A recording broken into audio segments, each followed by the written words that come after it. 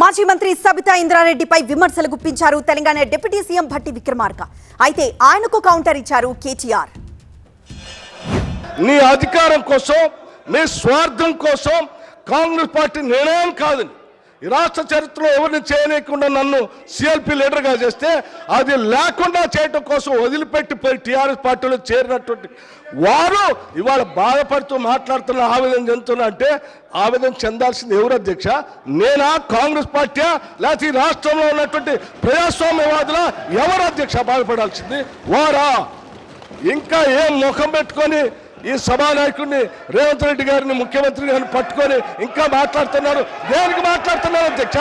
ఏం చేశారని, ఏం గొప్పలు సాధించారని, ఏం చేశారని? పార్టీలు మారి పరువు తీసి మొత్తం ప్రజాస్వామ్యాన్ని కూలి చేసింది కాకుండా ఇంకా మాట్లాడుతూ ఉన్నారు. ఉప ముఖ్యమంత్రి ఏం చక్కగా లేడు. ఆయన వస్తాడు, ఏం ముఖం పెట్టుకొని వచ్చిందంటాడు. నేను అడుగుతున్నా, ఏం మొహం పెట్టుకొని నువ్వు వచ్చినావు? నీకేమేం మొహం పెట్టుకొని నువ్వు వచ్చినావో మేము కూడా అట్లే వచ్చినాం. ఎంత గుండె ధైర్యం నీకు? ఇవాళ మా ఆడబిడ్డల్ని పట్టుకొని ఏ మొహంతో వచ్చినావు అని చెప్పడానికి ఉప ముఖ్యమంత్రిని నేను అడుగుతా ఉన్నా. ఏ రకంగా అంత ధైర్యంగా, ఏ రకంగా అంత ఇష్టం వచ్చినట్టు మాట్లాడే అధికారం నీకు ఎవరిచ్చింది? అధికారం ఎవరికి శాశ్వతం కాదు. 10 ఏళ్ళు మేము అక్కడ ఉన్నాం. మేము ఎప్పుడన్నా అవమానించినామా ఆడబిడ్డల్ని ఈ తరీకా?